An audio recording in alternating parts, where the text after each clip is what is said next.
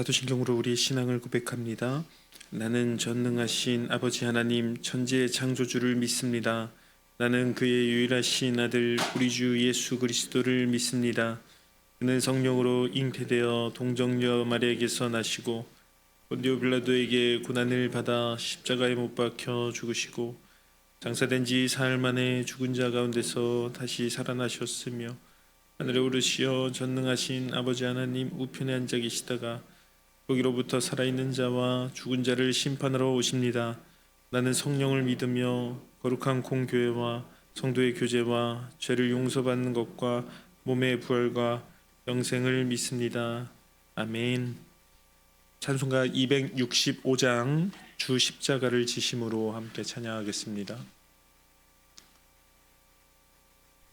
찬송가 265장입니다.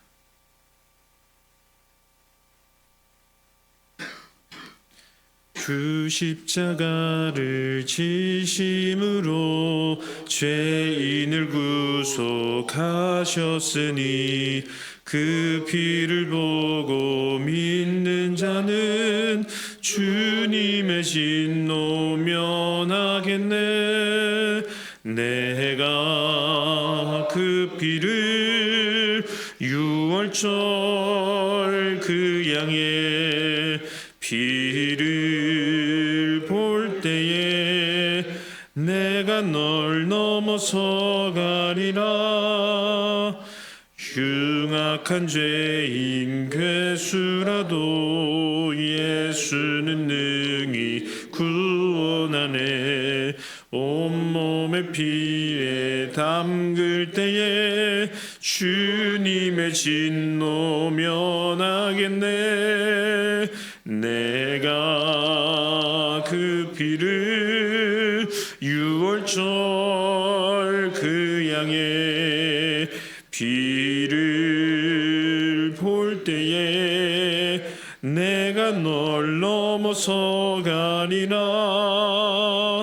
심판할 때에 모든 백성 행한 일대로 보응받네.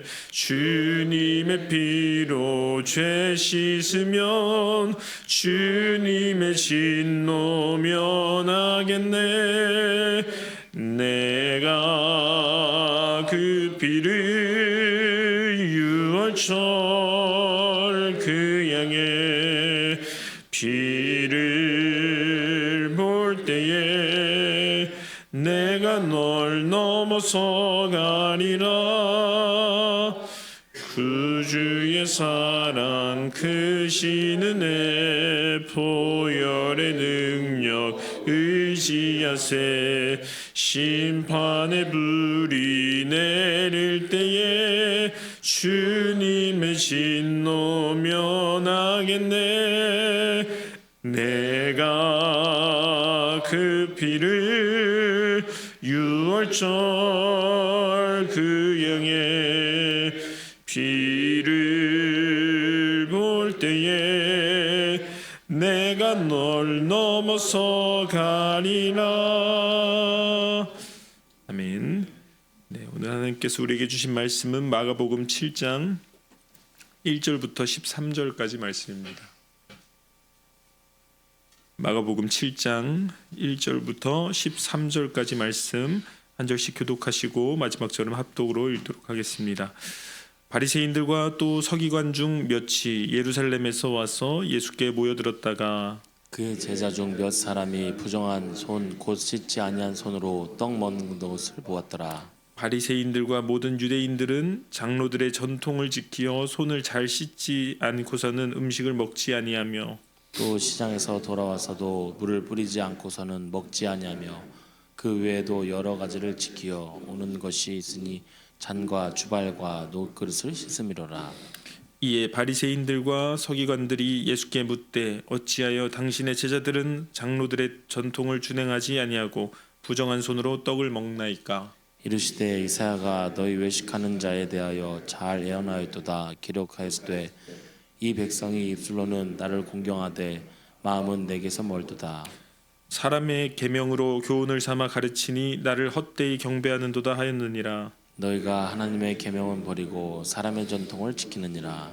또 이르시되 너희가 너희 전통을 지키려고 하나님의 계명을 잘 저버리는도다. 모세는 내 부모를 공경하라 하고 때 아버지나 어머니를 모욕하는 자는 죽임을 당하리라 하였거늘 너희는 이르되 사람이 아버지에게나 어머니에게나 말하기를 내가 드려 유익하게 할 것이 고르반 곧 하나님께 드림이 되었다가 하기만 하면 그만이라 하고 자기 아버지나 어머니에게 다시 아무것도 하여 드리기를 허락하지 아니하여 너희가 전한 전통으로 하나님의 말씀을 폐하며 또 이 같은 일을 많이 행하느니라 하시고. 아멘. 기도하겠습니다. 좋으신 아버지 하나님, 은혜를 감사합니다. 지난 간밤에도 주님 품 안에서 편히 쉬게 해주시고 또 이 새벽에도 저희들을 주 앞에 불러주심을 감사합니다. 물을 떠난 고기가 살 수 없음과 같이 저희가 주의 은혜가 없이는 살 수 없음을 고백합니다. 이 새벽에도 말씀과 기도 가운데 저희들을 만나주시며 주의 성령으로 충만케 하여 주옵소서. 기도의 용을 부어주시고 마땅히 간구할 것들로 기도할 수 있게 하여 주옵소서. 주님께 또 감사의 예물과 또 일천번째 예물을 드립니다. 믿음으로 순종으로 감사로 드리는 예물을 주님께서 기뻐 받으시고 약속하신 하늘의 복과 땅의 복으로 충만하게 채워 주옵소서. 주의 은혜로 종의 가정들을 형통케 해주시며 그 자녀들을 축복하여 주옵소서. 예수님의 이름으로 축복하며 기도하옵나이다. 아멘. 이 새벽에도 주의 은혜와 축복이 함께 하시기를 축원합니다. 이제 오늘 말씀에는 이제 예수님이 이제 바리새인들과 그 율법을 지키는 문제 때문에 이제 충돌하는 이야기가 나옵니다. 근데 이제 이 마가복음을 읽는 독자들은 그 당시에 이제 로마에서 핍박을 받고 있는 사람들이라고 제가 말씀을 드렸습니다. 그러니까 여러분들이 이제 그 쾌바디스라는 영화를 보면 그 영화에서 이제 핍박받고 있는 사람들, 그 사람들이 이 마가복음의 1차 독자입니다.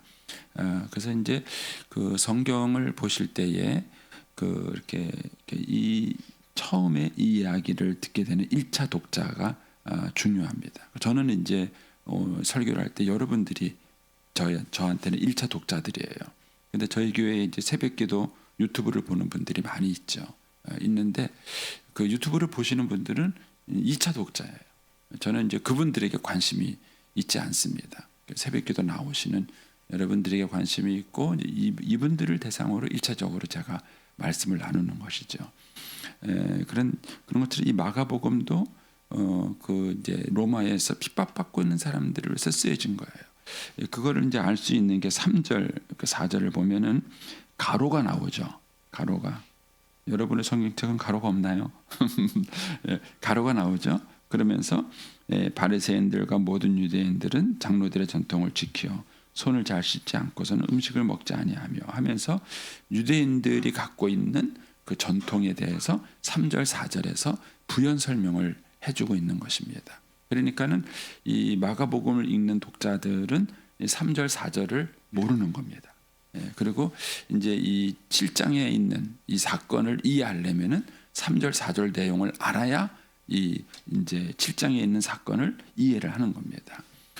그런데 굳이 이 이제 마가복음의 1차 독자들이 굳이 이 3절 4절 내용을 모르는데도 불구하고 이 7장의 사건을 소개하는 이유가 뭐냐 이런 거예요. 그러니까는 뭐 그들한테 관심이 없는 거잖아요. 그 쉽게 말하면은 마가복음의 독자들은 이방인들입니다. 근데 이방인들한테 유대인의 관습이나 이런 것들은 별 관심이 없죠. 뭐 손을 씻고 먹든지 안 씻고 먹든지 그 사람한테는 무슨 관심이 있겠습니까? 근데 그럼에도 불구하고 이제 굳이 이 유대인의 관습을 이제 설명해 가면서 이 마가복음 7장 사건의 이야기를 들려주는 것입니다.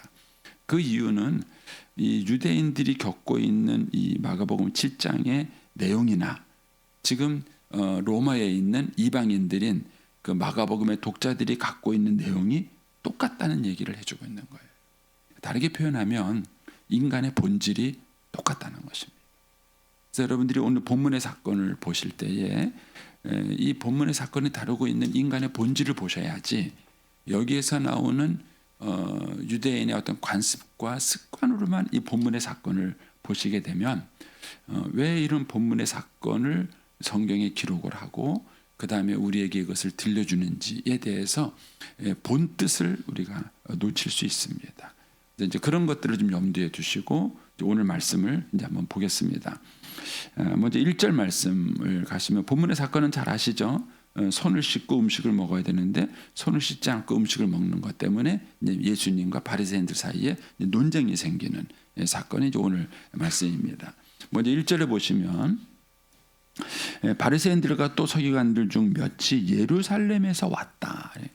이거는 쉽게 말하면 이런 거예요. 어떤 사람이 이제 지방에서 이제 활동을 하다가 중앙 무대가 관심이 옮겨지는 것입니다. 예를 위해서 하는 거니까 제가 갑자기 떠오른 예니까 오해는 하지 마시고 들으세요. 한동훈 씨가 그냥 예전에는 한 사람이 평범한 검사였잖아요. 근데 그때는 한동훈이라는 이름도 사람들이 몰랐습니다. 근데 요즘은 이제 이 사람이 중앙 무대에 확 뛰어 올라와서 모든 사람이 그 사람의 이름을 아는 그런 상황이 된 거죠. 그렇게 이해를 하시면 됩니다. 그러니까 예수님은 예루살렘으로부터 갈릴리는 변방입니다. 시골이에요. 물론 이제 그 당시에는 거기가 무역로가 돼가지고 굉장히 그 발전하기는 했지만은 변방입니다. 제가 서울특별시민입니다. 지방을 가본 적이 없어요. 지방은 제 강원도 제 외갓집에는 가본 적이 없다가 제가 이제 신학교를 졸업하고 경상도를 처음 왔어요. 그래서 늘 교과서에만 듣던 부산 직활시 이 얘기를 듣고 왔어요. 저는 그래서 부산 직활시가 서울 비스름한 줄 알았어요. 근데 제가 왔다가 너무 충격을 받은 거 있죠. 그 당시에 제가 1991년도인가 내가 내려갔는데요. 부산에 백화점이 없어요. 별로 놀라지도 않으시네요. 제가 가서요. 너무 깜짝 놀라가지고요. 부산 직활시래. 야, 저는 서울하고 지방하고 그렇게 차이가 나는지 몰랐어요. 서점을 갔는데 대형 서점이 한 개도 없어요. 그 당시에. 그래서 대형 서점이 기독교 대형 서점이라고 누가 소개를 시켜서 갔어요. 가니까 진짜 이 한 층이 이 책이 가득 있다고 그래요. 그러는데 그게 한 사람이 운영하는 서점이 아니라 여러 사람이 여기 가게 내고 여기 가게 내고 여기 가게 내고 쉽게 말하면 서점이 모여 있는 것이지 대형 서점이 아니에요. 가가지고 저는 너무 충격. 그 당시 제 느낌으로는 한 서울하고 한 10년은 차이 나는 것 같더라고요. 10년이. 야, 우리나라가 이렇게 서울하고 지방하고 이 차이가 있구나. 그러니까 젊은 애들이 꾸역꾸역 지금도 서울 가는 거예요. 왜냐하면 서울하고 지방하고 너무 차이가 나거든요. 꾸역꾸역 가는 거예요. 그러니까 이제 예수님이 지금 이제 그 갈릴리라는 어떻게 보면은 이 예루살렘의 입장에서 봤을 때는 변방이에요. 그런데 그 예루살렘에서 이 바리새인과 서기관들이 예수님을 보러 거기까지 온 거예요. 이때쯤 되면은 예수님이 이제 중앙에서도 관심을 가질 만한 인물로 확 성장을 한 것입니다. 관심을 갖고 온 것입니다. 그리고 이 사람들이 예수께 온 이유가 뭘까요? 우리가 이미 이 사람들이 오기 전에 예수님 주변에는 많은 사람들이 늘 몰려 있었어요. 근데 그 사람들이 예수님께 왜 왔을까요? 1차적으로는 예수님이 손이라도 대주기를 바란다고. 왜요? 병을 고치려고 온 거예요. 그 사람들은 1차적으로 병이라도 고치기 위해서 온 거예요. 근데 여기에 있는 이 사람들은 예수님을 왜 왔냐? 감시하기 위해서. 감시하기. 그래서 2절에 가면은요. 감시거리를 발견하는 거예요. 그의 제자 중 몇 사람이 부정한 손으로 곧 씻지 않은 손으로 떡을 먹는 것을 보았더라 그랬습니다. 보았더라 그랬습니다. 여러분 사람은요. 객관적으로 보는 것 같죠? 절대로 그렇지 않습니다. 보고 싶은 것만 봅니다. 보고 싶은 것만 봅니다. 그래서 사람들은 자기가 보는 것을 너무 믿는 게 문제예요. 근데 보고 싶은 것만 보고요. 그리고 자기가 보고 싶지 않은 건 못 보는 거예요. 그러니까 이 사람들이 예수님께 온 이유는 뭐냐면은 예수님이 율법적으로 흠이 있는가 없는가 이것을 감시하기 위해서 왔기 때문에 예수님이 율법적으로 흠이 있는 게 눈에 딱 띈 거예요. 눈에 딱 띈 겁니다. 그런데 예수님께 병고침을 받으러 온 사람은요, 예수님이 부정한 손으로 떡을 먹는지 안 먹는지 관심이 없어요. 그 사람들의 관심은 뭐예요? 예수님을 통해서 병을 고침받는 것이 그 사람들의 관심인 거예요. 부부관계 문제가 뭐라고 생각하십니까? 우리는 상대방 때문이라고 생각해요. 근데 사실은요, 자기가 보고 싶은 것만 계속 보는 거예요. 만약에 상대방이 나한테 불친절하다 이런 인상을 갖고 있어요. 그러면요, 보는 사람은 계속 불친절한 거, 이 사람한테 친절한가 친절하지 않은가, 말을 잘하는가 못하는가 계속 그것만 보고 있는 거예요. 그러니까 그거 말고 다른 거 잘하는 거 있거든요. 근데 그건 눈에 안 들어오는 거예요. 자기가 기대하고 바라는 게 있는데 그게 안 들어오는 것만 계속 눈에 보이는 거예요. 당신이 이거 안 하잖아, 이거 안 하잖아, 이거 안 하잖아, 계속 얘기를 해요. 근데 사실은 그게 객관적으로 보고 평가하는 게 아니에요. 자기가 기대하고 보고 싶은 것만 보고 그것에 대해서 들어지 않는 것에 대한 상대방을 비판하고, 상대방은 분하고 억울하죠. 잘하는 거 많다. 그거 말고도 난 잘하는 거 많다. 근데 이제 포인트가 안 맞는 거죠. 그래서 여러분, 이것이 굉장히 중요한 원리예요. 그래서 주님께서는 심령이 가난한 자가 복이 있다. 그들이 하나님을 볼 것이다. 하나님은 어디든지 계세요.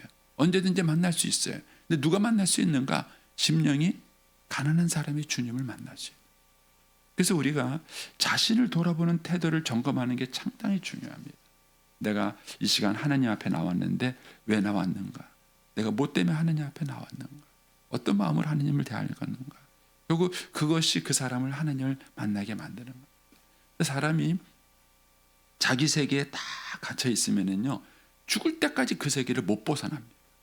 더 많은 것, 더 좋은 것 있어도요, 절대로 벗어나지 않아요. 저희 어머님은요, 피자는 돌아가실 때까지 안 드셨어요. 오로지 된장찌개, 부침개. 왜냐면 이제 그런 어떤 세계 속에 갇혀서 사는 거예요. 완전히 다른 세계들을 보지 못하는 것이죠. 그래서 이제 이런 면에서 우리가 자신을 한번 보는 것이 중요합니다. 이 바리새인들은 처음부터 예수님을 감시하기 위해서 온 것이고, 그래서 예수님의 제자들이 잘못하는 것이 눈에 확 띈 것이죠. 그런데 이제 2절에 보시면 그의 제자 중 몇 사람이 이 부정한 손으로 씻지 않은 것을 보고 이제 시비를 탁 거는 것입니다. 여기서도 또 우리가 관심을 끄는 것은 뭐냐면은, 예수님이 중앙에서 관심이 갖는 그런 인물이 되니까 예수님의 제자들까지도 그 바리새인들이 갖고 있는 관심의 대상이 되는 거예요. 여러분, 이 당시에 손을 씻지 않고 먹는 사람이 제자들만 있었던 것은 아닙니다. 많은 사람들이 율법을 안 지켰어요. 율법을 지키고 그걸 강요했던 사람들은 바리새인과 같은 전통적입니다. 지금도 이제 여러분들이 성지순례를 가시면은요, 그 이스라엘 땅에 모이는 유대인들이 다 유대인인지 알죠? 천만입니다. 안식일도 안 지키는 유대인도 있습니다. 날라리 유대인들이죠. 근데도 본인들은 유대인의 혈통이 있으니까 거기에 와요. 왜냐하면은 그 유대인들이 갖고 있는 민족주의가 있기 때문에 거기 온 것이지, 우리가 생각한 것처럼 다 신앙만 가지고 그 사람들이 이스라엘 땅에 온 게 아니에요. 근데 거기 가면은 유대인의 전통을 철저하게 지키는 바리새인들이 있습니다. 검은색 옷에다가 검은색 모자에다가 여기 머리띠까지 이렇게 하고 있는 전통 유대인들이 있습니다. 그 사람들은 전통 유대인의 법대로 그 지키고 사는 사람들이에요. 그런데 그런 사람들이 40%가 안 됩니다. 지금 이스라엘 40%는 안 돼요. 근데도 지금 이제 이스라엘 전체는 마치 율법적으로 움직이는 나라인 것처럼 외형적으로는 바깥에 보이는 것이죠. 이제 민족주의 때문에 자기들은 싸우는 것입니다. 그런데 예수님 당시에도 이렇게 율법을 지키지 않은 사람들이 제자들 말고도 많이 있었어요. 근데도 이 제자들의 행동이 시비거리가 된 것입니다. 왜 당신들의 제자들은 손을 씻지 않고 먹습니까? 그 이유가 뭡니까? 이들이 예수님의 제자기 때문에 그런 거예요. 그리고 지금 그 예수님이 중앙 정부에 관심을 받는 사람이기 때문에 그런 것입니다. 여러분, 이 원리는 똑같습니다. 부여 사람들이 고속내를 알겠습니까? 근데 부여중앙교회 목사가 새로 왔대. 이게 이제 소문이 나고 막 프랭카드도 붙고 막 그러니까는요. 얼마나 재밌냐면, 이제 제 아내가 이제 사망하고 난 다음에 저희 아들이 이제 우리 어머니 자기 엄마 이제 사망 신고하러 간 거예요. 예, 가가지고 이제 저기 주민센터 가가지고요. 예, 이제 얘기를 한 거예요. 창고의 직원한테 이제 어머니 사망 신고하러 왔다고 이제 뭐게 이게 무슨 얘기를 하다가 이제 어머님이 누구예요? 이렇게 얘기됐나 봐요. 그리고 저희 아버님이 누구예요? 그 물어봤나? 하여튼 이렇게 물어봐갖고 부여중앙교회 목사님이라고 얘기를 하니까는요. 그 창고 직원이 알아요. 저도 들었어요. 그러더래요. 그 창고 직원이. 예. 저는 모르겠죠. 얼굴도 모르겠죠. 근데 얘기는 들은 거예요. 사람들이 얘기는 듣고 부여교회 사모님이 암으로 투병하시다가 돌아가셨단다. 뭐 이 얘기는 사람들이 들은 거예요. 사람은 누군지 몰라요. 얼굴도 모르는데 그 얘기 사건을 아는 것이죠. 그래서 부여중앙교회 목사가 부담스럽습니다. 네, 어디 가면은 괜찮겠어요. 여러분 예수쟁이도 마찬가지. 사람들이 왜 예수쟁이한테 시비를 걸을까? 예수님이 중요한 인물이기 때문에 그런 거예요. 예수님이 중요한 인물이니까 그 예수님의 제자인 예수쟁이도 중요한 거예요. 예수쟁이가 저렇대. 교회 다니는 사람이 저렇대. 장로가 저렇대. 권사가 저렇대. 이런 말을 듣는 거예요. 그러니까 저와 여러분은 이미 예수님 때문에 그런 관심의 대상이 있다는 사실을 알고 사셔야 돼요. 이것이 어쩌면 우리가 감당해야 될 우리의 십자가이기도 한 것입니다. 그러니까 이런 의식을 우리가 얼마나 가지고 사는가 하는 거예요. 그래서 이 제자들이 사실은 훌륭해서가 아니라 또 이 제자들의 행동이 뭐 대단해서가 아니라 예수님의 제자라는 이유 때문에 이들의 행동이 관심의 대상이 되는 거고 시비의 대상이 되는 거고 지금 이제 갈등 상황이 이제 벌어지게 되는 것입니다. 자, 이제 문제는 뭡니까? 이제 2절에 부정한 손으로 씻지 않은 손으로 떡을 먹는 것이 문제가 되는 거예요. 왜냐하면은 율법에 의하면은 이 사람들이 손을 씻고 먹어야 되는데 그렇지 못한 것이 이제 문제가 된 것이죠. 그래서 5절에 가서 이렇게 말합니다. 예수께 묻되 어찌하여 당신의 제자들은 장로들의 전통을 준행하지 않습니까? 왜 장로들의 전통을 준행하지 않습니까? 예. 여기에 대해서 이제 주님이 쭉 답변하신 내용입니다. 자, 첫 번째 지적한 것은 뭐냐면은 이 주님께서 이 바리새인들에 대해 얘기해서 첫 번째는 너희들이 헛되이 하나님을 경배하고 있다 이런 거예요. 자, 1절에 6절에 이사야가 너희 외식하는 자에 대해 잘 예언하도다. 기록되었을 때 이 백성이 입술로 나를 공경하되 마음은 내게서 멀도다. 사람의 계명으로 교훈을 삼아 가르치니 나를 헛되이 경배하는도다. 여러분, 우리는 예배를 드리느냐 안 드리느냐에 관심이 있는지 모르겠지만 마귀는요 예배를 드리되 헛되이 드리게 하는 데 관심이 있다. 여러분, 예배를 드렸다는 게 중요한 게 아니에요. 그것이 하느님이 받을 만한 예배인가? 근데 마귀는 예배를 못 드리게 하는 게 아니라 예배를 드리게 해요.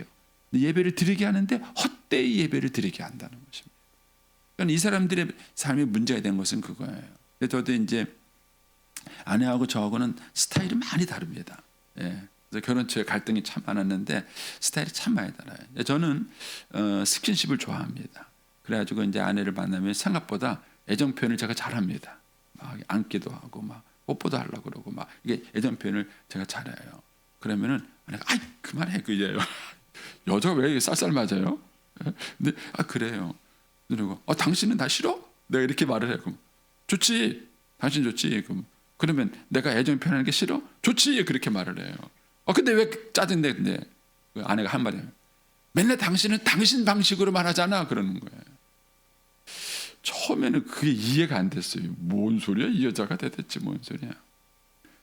세월이 지난 다음에 아는 거죠. 이기적인 사랑이었다. 아내가 늘 저한테 하는 얘기가 나 사랑해? 그래. 그러면은 내가 원하는 대로 해줘 이거예요. 아내는. 그런데 저도 아내 사랑해요. 근데 그 사랑을 표현하는데 그 사랑을 표현하는 방식이 내가 좋아하는 방식으로 표현하는 거예요. 아내는 늘 그걸 지적하는 거예요. 아니 그게 아니라 내가 원하는 대로 해달라고. 내가 원하는 방식으로. 그래서 지금도 기억나는 게요. 제가 이제 결혼 이제 10주년 때 회개했잖아요. 결혼 20주년은 아내한테 잘하려고 제가 이벤트를 준비했어요. 이벤트를. 그래서 영상도 준비하고 목걸이도 하나 준비하고 제가요 참 큰 돈 썼습니다. 목걸이도 준비하고 이벤트를 준비하는데 그 이벤트가 뭐였냐면은 그 당시 때 이제 제가 이제 바나바 훈련을 해서 이제 훈련을 받고 있을 때였어요. 교육을 받고 있었는데 이강천 목사님하고 같이 공부하는 목사님들한테 부탁을 해서 공부 중에 20주년 행사를 해달라고 부탁을 했어요. 제가 생각보다 굉장히 내향적인 사람입니다. 그래서 그런 거 부탁하는 걸 진짜 어려워해요. 근데도 20주년에 내가 용기를 내 갖고 내가 부탁을 한 거예요. 그러니까 이제 허락을 해주셨어요. 그렇게 해주겠다. 그렇게 해주셔가지고요. 이제 강의를 듣다 원래 계획은 뭐냐면은 강의를 듣다가 이제 강천 목사님이 이제 볼 영상이 있다 하고 딱 소개를 하면은 그때 제가 준비한 영상이 짜잔 하고 나오는 거예요. 감동이 아니나요? 네? 짜잔 하고 나오는 거예요. 그리고 이제 그 영상이 끝나는 것과 함께 노래를 불러주고 그 다음에 아내에게 목걸이를 걸어주는 게 이게 이제 시나리오였어요. 그런데 그날따라 아내가 공부하기 싫다는 거예요. 저는 공부하는 걸 좋아, 아내가 공부하기 싫다는 거예요. 그래가지고 이제 그 다음 날 이 수업이 끝나는 날인데 그 전날 아내가 저보고 아침부터 집에 가자는 거예요. 아, 여보 공부해야지. 집에 나. 그래가지고 아침부터 툭툭툭 됐어요. 그런데 저는 사실 공부에 관심 있는 게 아니라 그날 저녁에 이벤트를 하기로 돼 있는데 가면 어떻게 돼요? 그래서 저는 이벤트를 해야 되는 거예요. 그러니까는 안 가야 되는 이유를 얘기해야 되는 거고.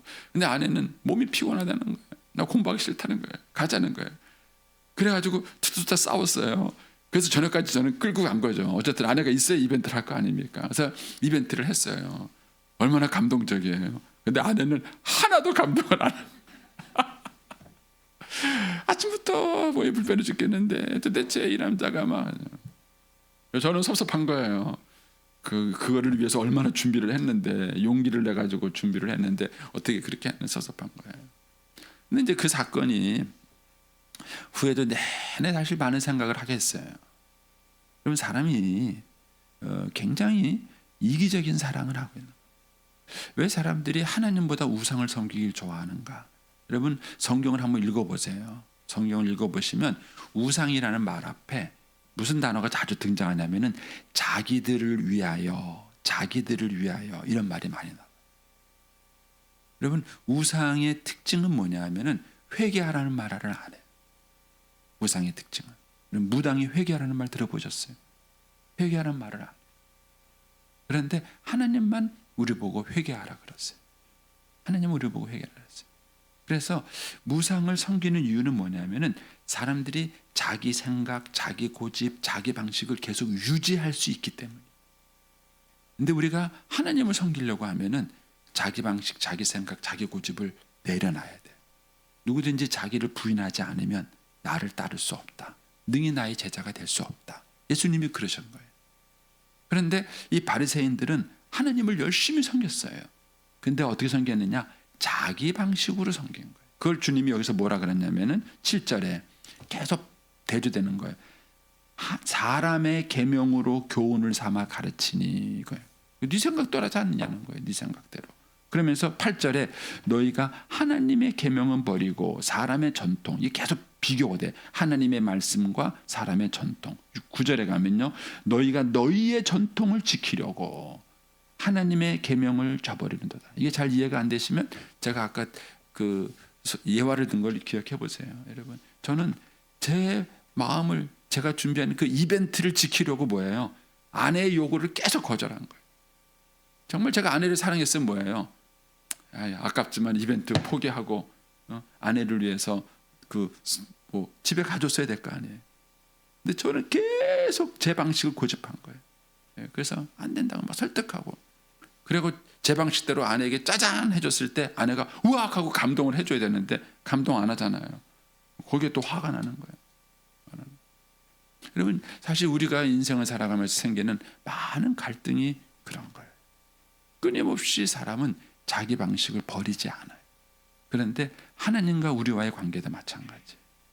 교회에서 문제를 일으키는 사람은 누군가? 뺀질이들이 아니에요. 뺀질들은 문제도 안 일으켜요. 교회에 관심도 없어요. 누가 문제를 일으키는가? 교회에 열심히 있는 사람이 문제를 일으켜요. 근데 어떤 열심을 하냐? 자기 열심을 가진 사람. 자기 열심을 가진 사람. 여러분 제 말이 좀 이해하기가 어려우면요. 여전도회나 남전도회를 이끌어갈 때 보세요. 누가 회장을 힘들게 해요? 열심히 있는 사람이에요. 의견도 잘 내고 말도 잘하고 막 그래요. 그런데 그 사람은 절대 자기 고집을 꺾지 않아요. 여러분 진짜 훌륭한 사람은 누구냐? 회장이 세모가 되세요 그러면은 세모가 되고, 네모가 되세요. 그러면 네모가 되는 거예요. 그게 어려운 거예요. 자기 생각이 있고 자기 스타일이 있고 자기 고집이 있어요. 근데도 회장이 좀 이렇게 좀 해주세요. 그러면은 예 하고 해주는 게 어려워. 제가 아내를 존경하는 이유가 그것 때문이에요. 사는 동안에는 몰랐어요. 사는 동안에는 그것이 그렇게 훌륭한지 몰랐어요. 그런데 제 아내는 그걸 참 잘해줬어요. 제가 세모가 되달라 그러면 세모가 돼주고, 네모가 되달라면 네모가 돼주고, 저는 그것이 실력이 없다고 생각했어요. 근데 내가 실력이 더 있으니까 그런 거라고 생각을 했어요. 그런데 시간이 지나고 보니까는요, 사실은 아내가 실력이 없는 게 아니더라고요. 그냥 그걸 잘해준 거예요. 세모가 되려면 세모 돼주고, 네모가 되려면 네모가 돼주고. 그건 정말 어려운 거예요.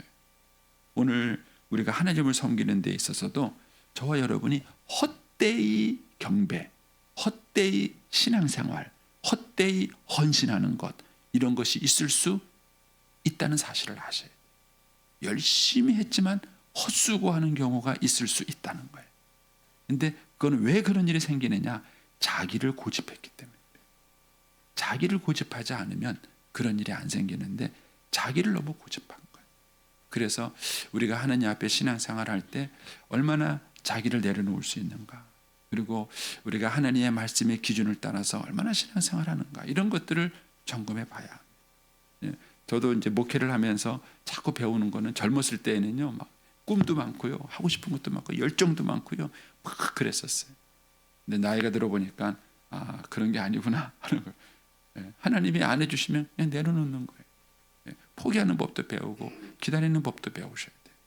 그런데 우리는 그게 잘 안 되는 거예요. 예, 그래서 우리가 아이들하고의 갈등도 그게 문제예요. 아이들의 갈등도 기다려주면 되는데 꼭 아이가 내가 시키는 대로 지금 바뀌었으면 좋겠고, 지금 달라졌으면 좋겠고, 그게 지금 안 되니까 막 화가 나고.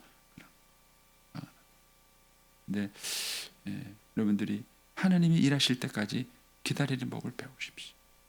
여러분 뜻도 내려놓고, 시간도 내려놓고, 방법도 내려놓고, 하나님이 하시는 것을 기다리는 법을 배우십시오. 그래야 우리가 헛되이 주님을 경배하지 않을 것입니다. 13절 말씀을 다시 한번 보시면, 나머지는 여러분들이 한번 묵상을 해보세요. 이제 10절에서, 그러니까 6절에서 9절까지는 이들이 갖고 있는 문제를 주님이 이론적으로 지적을 해주신 거고, 10절에서 13절은 그것에 대한 한 예를 들어준 겁니다. 너희가 실제로 이런 문제 때문에 이런 잘못을 하고 있지 않느냐라고 이제 예를 들어준 것이죠. 자, 13절 보시면, 너희가 전한 전통으로 하느님 말씀을 패하며 또 이 같은 일을 많이 행하느니라. 제가 제 아내의 말을 빌리면, 당신은 당신 생각대로 내 생각이나 감정을 많이 무시하잖아, 이런 거. 그리고 그런 게 한두 번이 아니야.